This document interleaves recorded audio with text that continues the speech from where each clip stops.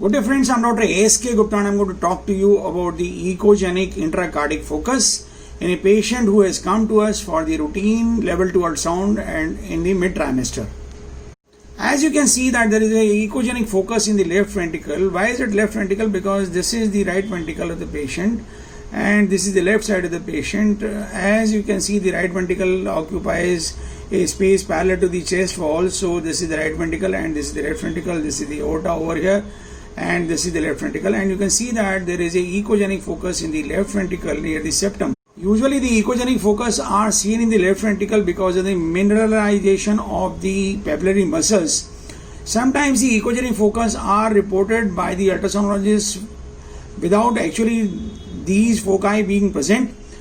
Just to see that whether a focus is actually present or not, one should try to have certain precautions.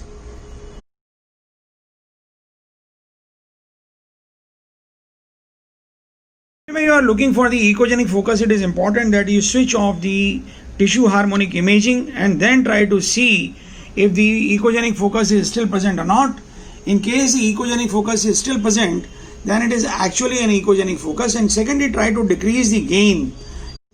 I've tried to decrease the gain and you can see that the things have become slightly grayish over here, but the echogenic focus is still present. It means this is a true echogenic focus and it is to be reported.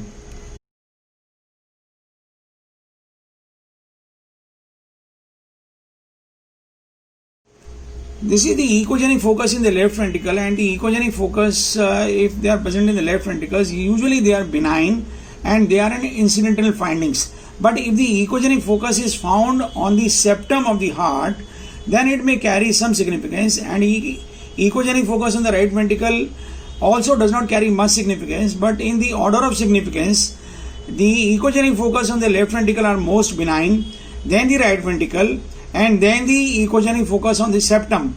And if the echogenic focus is present in both the ventricles, then it assumes much more significance, and they are generally associated with the aneuploidy, trisomy 13 or Down syndrome.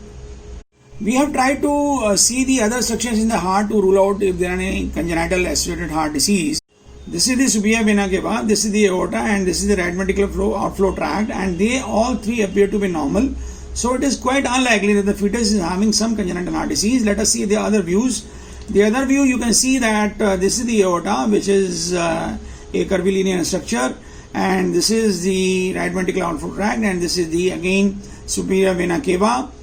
And let us try to see the same in the other views, and you can see that this is a beautiful three vessel view. This is the superior vena cava, this is the aorta, and this is the pulmonary artery which is likely to divide if we slightly follow it up. You can see that the heart is beating normally and there is no pericardial effusion, and this is the echogenic focus which is there, and it is likely to be present in the papillary muscle of the left ventricle, and it is likely to be a normal finding because you can see some fibers over here. Though it is slightly difficult for a new person to recognize this, that it is in the papillary muscle, but usually the echogenic focus are because of the increased mineralization of the papillary muscles, and if they are present in the left ventricle, they are usually benign. This is, we are trying to see the characteristic ductus venosus pattern, and the characteristic ductus venosus pattern is saw wave pattern, and it is normal for this fetus.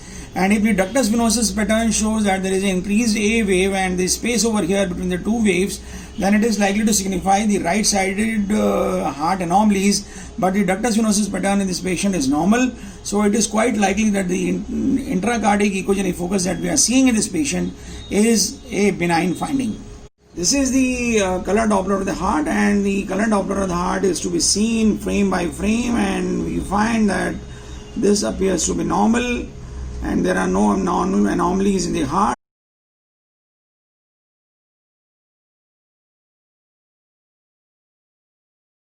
When we saw the other organs of the patient, we find that the other organs are normal. There is no other associated congenital anomaly in the patient, and the other structures of the fetus, they appear to be absolutely normal.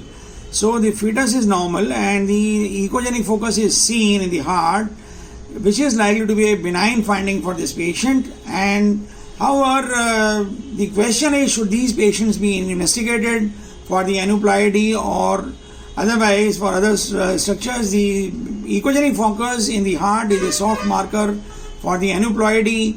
But most of the ultrasonologists and the gynecologists, they believe that these patients, they should not be unnecessarily subjected to the investigation for the aneuploidy, especially the karyotyping.